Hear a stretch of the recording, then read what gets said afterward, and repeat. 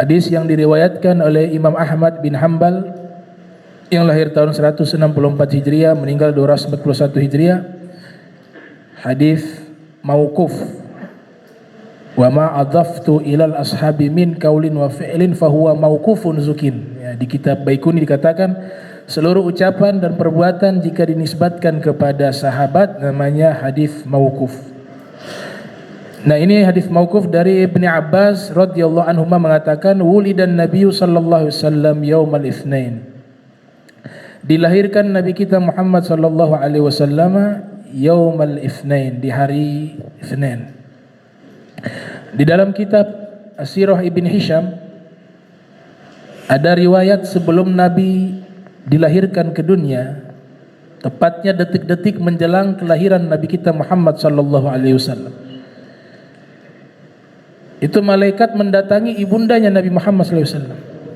Malaikat yang datang, bukan mimpi. Ini riwayat dari Ibn Hisham, dan kitab sejarahnya ini kitab sejarah yang diakui oleh para ulama karena termasuk kitab sejarah Nabi yang cukup lama, sekitar abad kedua Hijriah kitab tersebut. Itu malaikat datang di saat ibunda Nabi kita Muhammad SAW sedang mengandung Rasulullah SAW. Kemudian kilalaha, malaikat berkata kepada ibundanya Nabi Muhammad SAW, innaki qad hamalti bi sayyidil ummah fa idza waqa'a ilal ardi fakuli u'idzuhu bil wahidi min syarri kulli hasid. Ini perhatikan ini ucapan. Malaikat datang menemui ibunda tercinta Nabi kita Muhammad sallallahu alaihi wasallam. Jadi ibundanya Nabi bukan orang sembarangan, karena bisa bertemu dengan malaikat. Bisa bertemu dengan malaikat. Ketika malaikat itu datang menemui Nabi Muhammad, ibunya Nabi Muhammad SAW, malaikat mengatakan, innaki qad hamalti bi sayyidil hadhil ummah. Sesungguhnya engkau telah mengandung seorang anak yang menjadi pemimpin seluruh umat. Fa idza waqa'a ilal ardi faquli.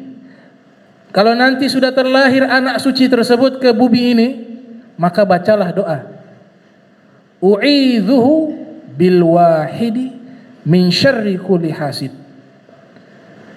Aku meminta kepada Allah yang Maha Esa perlindungan dari anak tersebut dari seluruh keburukan orang-orang yang iri hati.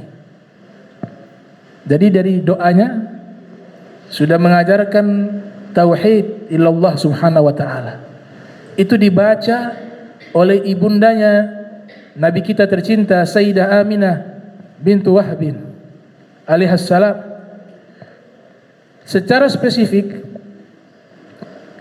diceritakan oleh As-Sayyid Ahmad Zaini Dahlan, Mufti Al-Haramain, seorang mufti di dua kota suci Makkah dan Madinah di zamannya. Beliau punya kitab sirah namanya Sirah Nabawiyah.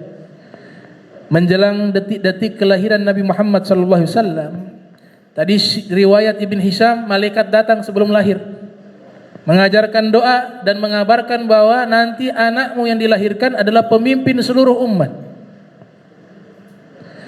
Setelah berita ini sampai kepada Sayyidah Aminah, doa tersebut dibacakan.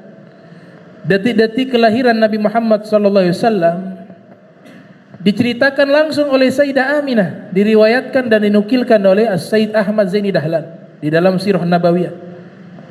Kata Sayyidah Aminah, di saat saya mau melahirkan Nabi Muhammad sallallahu alaihi wasallam, tiba-tiba datang wanita-wanita yang cantik, wajahnya putih bercahaya, wanginya seperti kesturi, fisiknya indah, tinggi. Kemudian di antara itu para wanita, ada dua wanita yang nampak berbeda dari cahaya wajah mereka.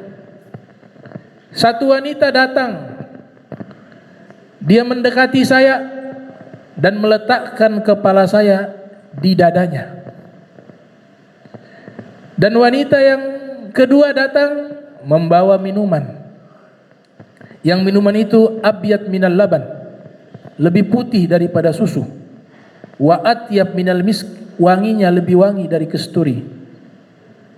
Wa ahla minasyuhdi, dan rasanya lebih manis dari madu. Diminum. Kemudian di samping wanita-wanita tersebut ada wanita-wanita cantik yang belum pernah saya lihat.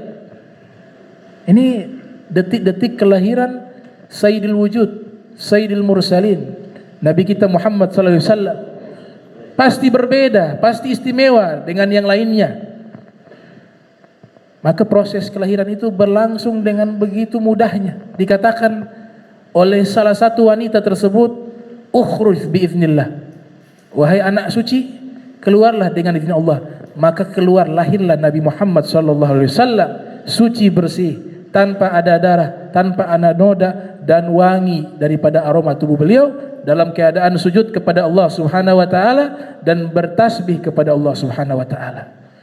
Setelah itu ditanya oleh Sayyidah Aminah, kalian siapa? Engkau siapa?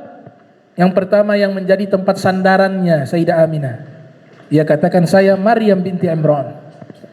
Saya Maryam, putrinya Imran, ibunya Nabi Isa alaihi salam. Kalau yang sana yang memberikan minuman adalah Asiyah bintu Muzahim, istrinya Fir'aun yang solehah. Adapun wanita-wanita lainnya yang ikut membantu proses persalinan, mereka adalah bidadari-bidadari yang Allah kirim. Itu diceritakan di dalam kitab Sirah An-Nabawiyah As-Sayyid Ahmad Zaini Dahlan. Nah, beliau mengatakan hikmah kenapa proses persalinan Nabi Muhammad SAW ini yang hadir adalah Sayyidah Maryam dengan Sayyidah Asiyah, karena nanti di surga Allah nikahkan Nabi Muhammad dengan mereka. Nabi SAW bersabda, innallaha zawwazani fil jannati Maryam binta Imran wa Asiyah binta Muzahim wa ukhta Musa. Nanti di surga Allah nikahkan saya dengan Maryam dan dengan Asiyah dan juga dengan saudarinya Nabi Musa yang bernama Kulthum.